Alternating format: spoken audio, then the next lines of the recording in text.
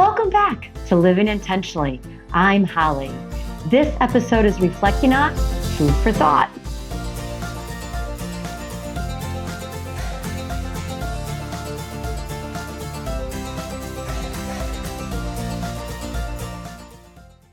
With Thanksgiving right around the corner, many of us are thinking about food. When we gather with family and friends, much of our time is spent eating together. The main purpose of food is nutrition, but food is so much more than merely fuel for our body. Food can invoke feelings.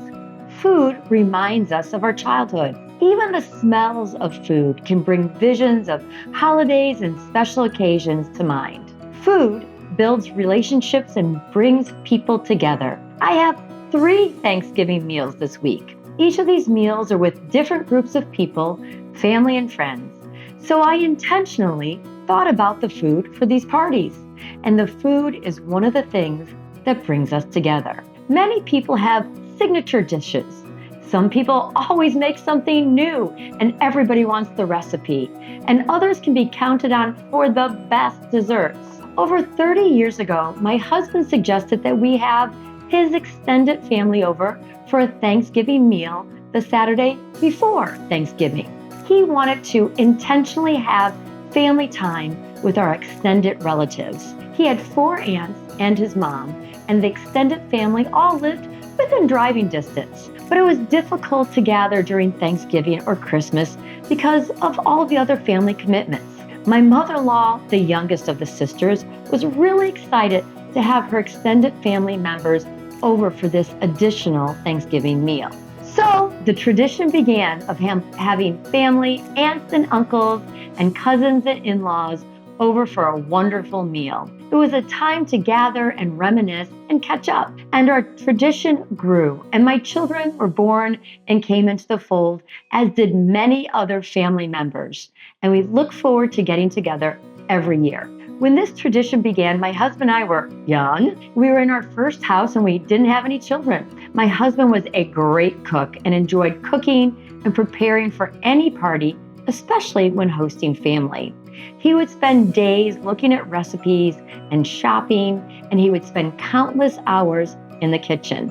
And each year, as we would end this long and wonderful day, his mother and aunts would hug us goodbye and tell me, thank you for hosting and cooking and cleaning and going to all the trouble to get the family together. I gladly took the compliment. Several years into this new tradition, my husband said to me, are you going to tell my mom and the aunts that you don't do any of the shopping or the cooking and that we have a cleaning lady? I really like the praise, but yes, I confessed to my mother-in-law and the aunts that my husband, Toby, deserved full credit for all the shopping and all the cooking, and revealed to them, yes, I do have help cleaning the house.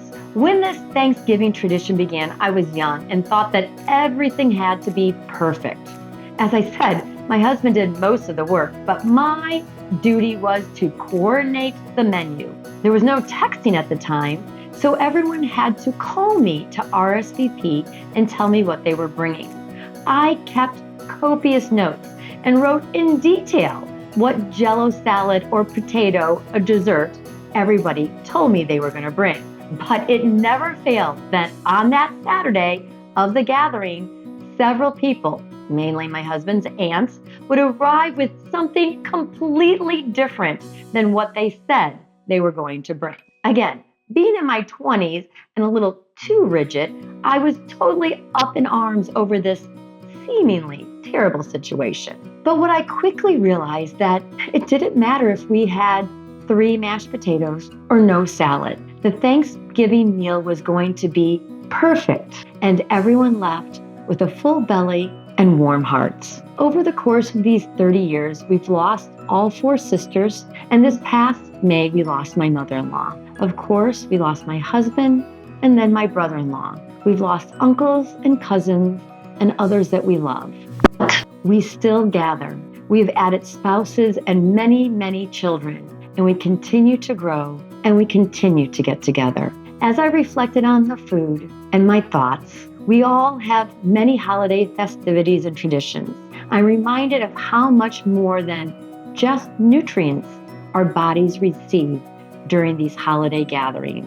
Food can bring people closer, it can foster communication, and create shared memories.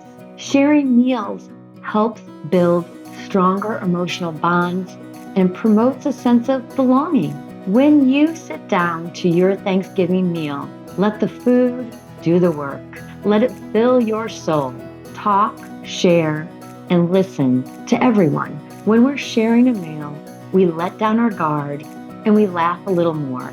Gathering for a meal can make traditions and memories that will last a lifetime. Whether you are staying home for Thanksgiving or traveling across the country, or if you're hosting a house full of people or planning the perfect meal for just you, let the smells of Thanksgiving transport you back to your childhood, or let the taste of your favorite dessert fill you with delight. Share in the comments your favorite Thanksgiving dish or tradition. Whatever your Thanksgiving looks like in your house, I hope that you are full of hope and happiness, because food is meant to do more than nourish our bodies.